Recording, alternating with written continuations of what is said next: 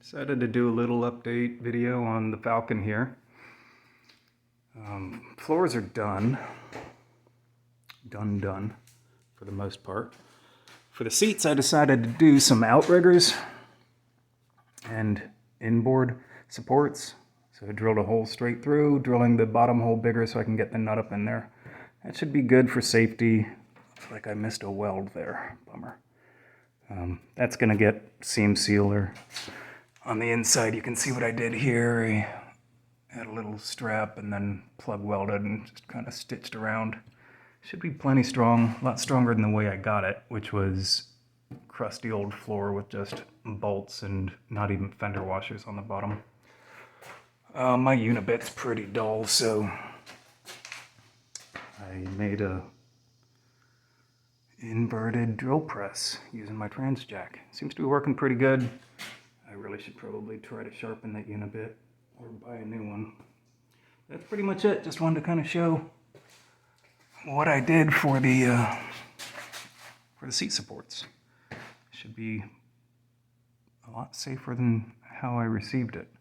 Little backstory on this car. Not sure if I mentioned it before. The frames when I bought this car, the front frames that is, completely rotten through up here. Sorry about the poor light. A little better. Completely rotten through all around the lower control arm mount. So it was only a matter of time before that would have just become a serious problem. So yeah, I plasma cut and grinder cut the frames out, fabricated some frames out of 1/8 inch wall square tubing, welded it all in, and now it has a good frame again. All the front suspension's been redone, redid the front steering too, and converted to the cheap way to discs using Granada, 65 Mustang spindles, Granada rotors, Impala calipers, which I may end up changing that at some point in time. Then I just made the bracket. I made the bracket and some spacers out of circled track brackets. I saw on a web forum a post a long time ago where someone did this. Figured I'd give it a try. It's definitely the cheapest way to go. We'll see how it works.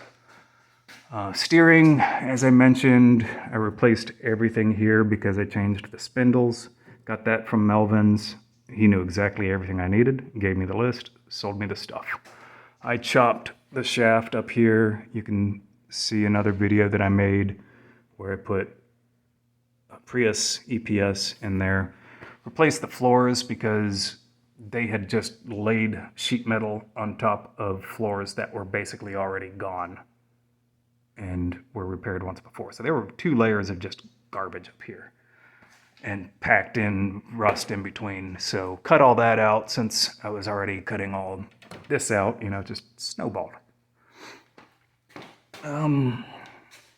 Moving our way back, Patriot headers, 470W transmission, and I fabricated, it's rough, it's just basically plasma cut, and again the lighting really sucks, but yeah, I fabricated just that cross brace. Seems to work fine. The exhaust is really silly, but it all clears. I did not do that with flow in mind. I did that with clearance in mind, and then I'm just going to do single 3-inch all the way back, which you can see it's over there under the bumper. So 3-inch over the axle. I actually have a 2.5-inch tailpipe from my old 2003 Mustang. It was a Cobra, and I swapped it to a solid axle, and then got carried away with that car, ended up turning it down, and I've been hanging on to these exhaust pipes for probably 10 years anyway. It fits, sort of. I had it all up there, but then removed it because I still need to paint all of this. I'm going to use Chassis Saver magnet paint. I'll get to that after I do all of the seam sealer, and it looks like I've got to do another weld.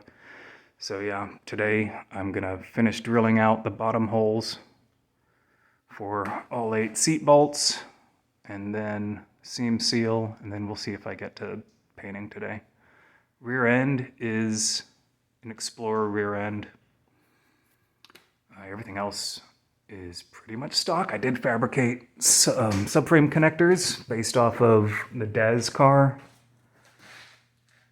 website how-to, and it worked out pretty well. And then fish plated to the rear frame, which the rear frame doesn't look great, and it looks like somebody has done something back here before. I don't know what, but there's some popcorn boogers left behind and even some patchwork right back there. But a lot more solid than the front was, so I'm gonna roll with it the way it is.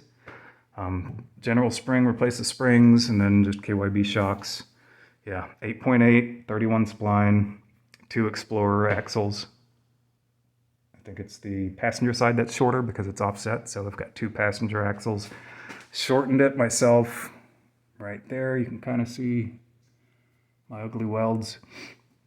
Made my own lowering blocks and made my own lower perches. You can, again, kind of see my ugly welds, but it all sort of lines up. And that's pretty much it.